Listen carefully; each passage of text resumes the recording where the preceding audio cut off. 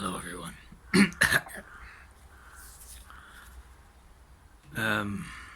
What was I thinking about there this morning? I've been thinking about this for some time now, and it's amazing how stupid our brains are that we really don't know what's going on. And I was thinking about, over the last couple of months, I've had a nice boost in the mental health, and I've been trying to account for this.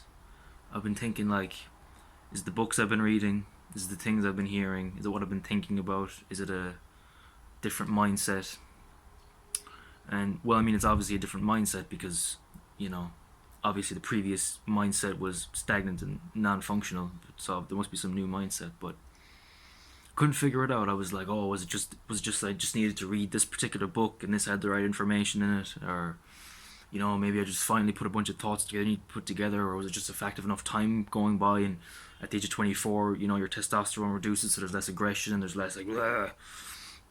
I was thinking about all these things and it just didn't seem right. It just didn't seem like, because, you hear people talking, saying stupid nonsense like, oh, I just read this one book and it changed my life, or I just heard this one person and it changed my life. And maybe that's true, and I was always looking for that person or that book or that sentiment. And I just kept collecting useful, insightful sentiment after useful, insightful sentiment and book after book, and just thinking maybe this is the information I need, and it was never the information I needed, even though it was always very useful and very helpful. And you know, the positive increment in mental health was oddly accompanied by exercise. Although it's always a bunch of other things. I'm always doing like trying at least 3 new things at once, and then I give up on all of them immediately. Well, not immediately, but I don't know which one is doing what. And I was just thinking about the exercise, like, because it was odd. Because, well, I mean, I exercised pretty hard for. I mean, it took a good month. It seems it was a good month of just getting up every single morning and just killing myself trying to run 1.7 miles. That's the distance from my house to a castle, or it's actually a distance from my house to where the footpath just stops, because that's the countryside. Footpaths just stop. Good luck on the fucking motorway. And but it just didn't seem like, it was like, Jesus, is this all that's been this has been the problem the whole time? I just wasn't moving enough. It was just lack, because exercise is one of those things people throw out there. It's like, do you want antidepressants? Are you exercising? Are you meditating? That's the new one. The doctors all ask, are you meditating? As if they fucking know anything about what meditation is. Just another thing to get you out the door, get their 50 quid. Are you meditating? Oh, what are your social relationships like? Just all these things. So I always exercise was just like, oh, that's just another thing on the checklist that just isn't going to work, because there's some seriously deficient, there's some seriously fucking, there's just some things that aren't connected up, like, and it's just like I'm gonna need some kind of neurological surgery if I'm ever gonna do anything, if anything's ever gonna be better. I'm gonna need to be touched by the Lord. Although it's funny, something I've been thinking about that I heard Jordan Peterson saying, people walk around wanting a miracle, and he said something I think is very true. He said, if a miracle actually happened to you, you'd forget about it in 6 months, because that's what people are like. And I think that's very true, because I think we've all had miracles in our lives. I think if we look back, there's times in our lives where we just forgotten about, where things were so bad and just really just one event happened, like kind of by random, or someone came into our lives, or just something changed circumstances that just took us out of a much darker place than we even remember being in. So I think it's correct, because I think it happens to all of us. But so I've been thinking about, I started seeing some positive increments in mental health maybe at the end of January or something. And I've just been thinking ever since. I thought it was maybe multiple factors. Like I said, just a case of like having taken up so much experiences and knowledge, trying to address this problem over time, and just the whole thing just not working. But I was like, but it is weird that like the exercise did coincide quite a lot with this boost, and also on a day when I don't exercise, I just almost go back to that really. I just feel terrible. Not as bad as I did, because it's in the context of feeling overall better, but it's the same, like, physiologically it's the same. It's like, oh god. I just start eating badly immediately and just don't give a fuck and don't even report me for swearing. I haven't had a vape yet. This might be a little bit of a long one because I'm sharing my soul with you.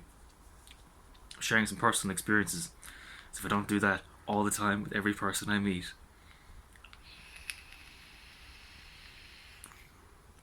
I feel like for me, if I really trust you, I'll say innocuous small talk things to you. That's where I get to a deep level with a person when I don't say anything personal or private.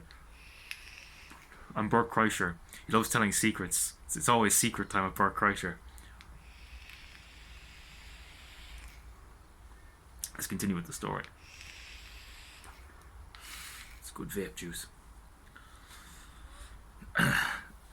So, I've been thinking about it more and more, and I think the really crucial factor with exercise was that with a lot of people, let's say, or at least with me, probably many people,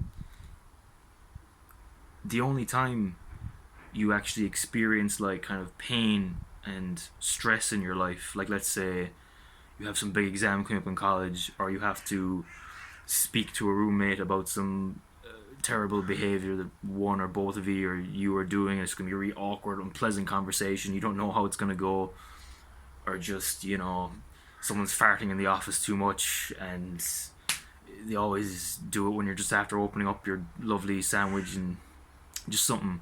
And I feel like a lot of the time, the only time we really experience real pain and have to push our stress tolerance is in situations where the outcome matters or serious.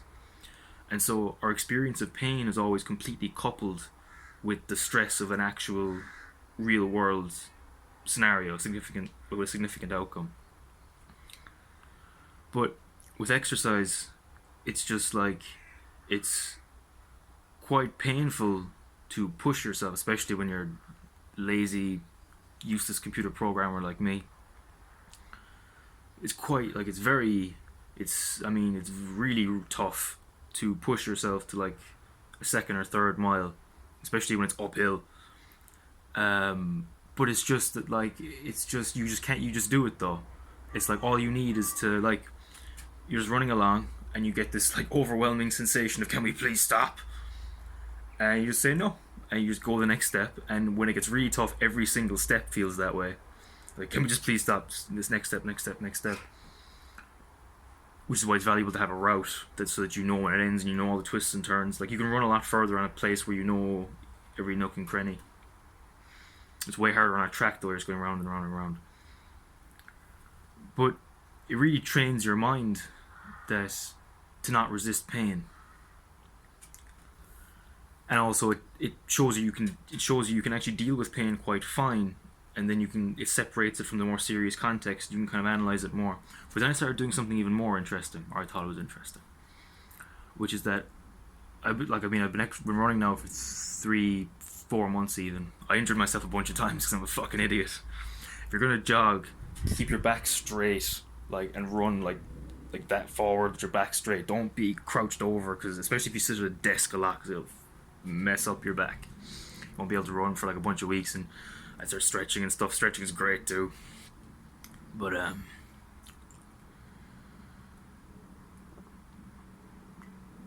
what I started doing is I could splice things together like little cut clips to make these shorter, but you're just gonna have to listen or don't. I started saying to myself, okay, from now on, whenever I feel to do something, I'm just gonna do it. There's no more like, if I just get this feeling like, okay, I should write a page, I just write out a page about whatever I'm thinking right now. Like before, I'd just always be like, oh well, I'll do it later, or what's the point, or am I gonna write anything, or how do I feel? How do I feel about it? Stop asking yourself that question. Stop asking yourself, how do I feel?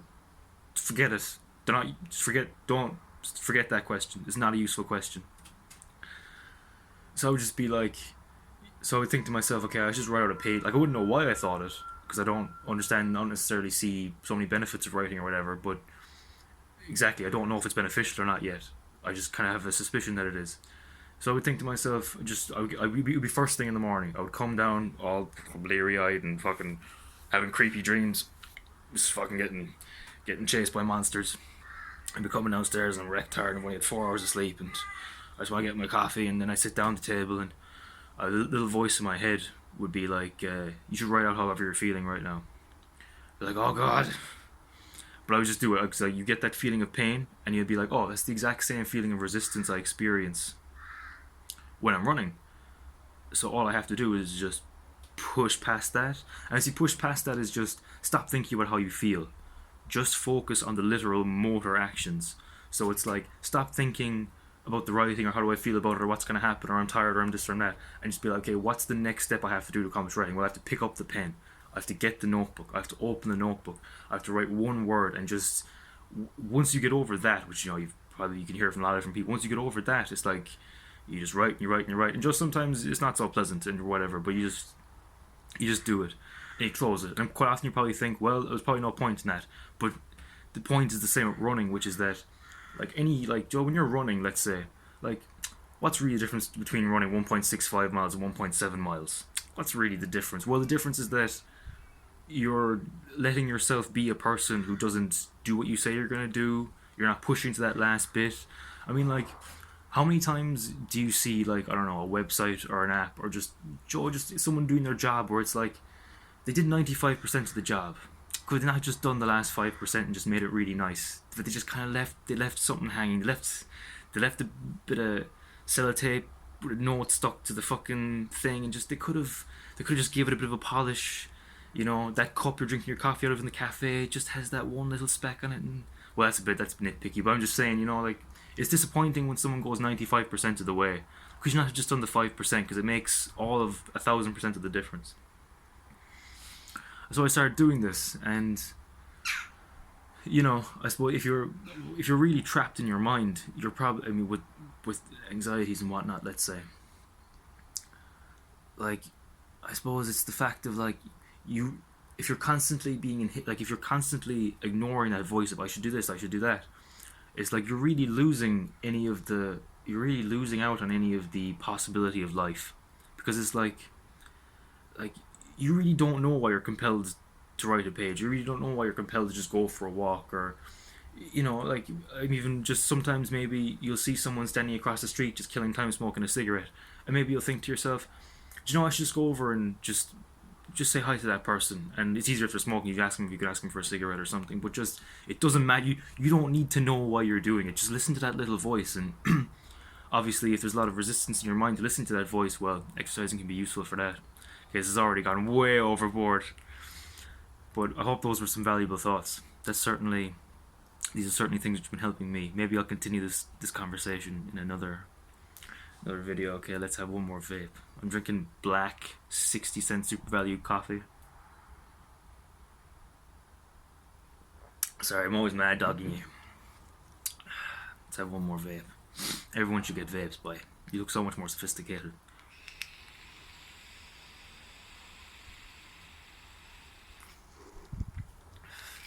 Okay. Bye bye, my sweethearts. Get yourself some kettlebells. Get some running shoes. €15 in pennies. I got my running shoes 4 months ago and I killed them and they still work great. Those little Indian children know how to make a pair of shoes. Okay, bye bye.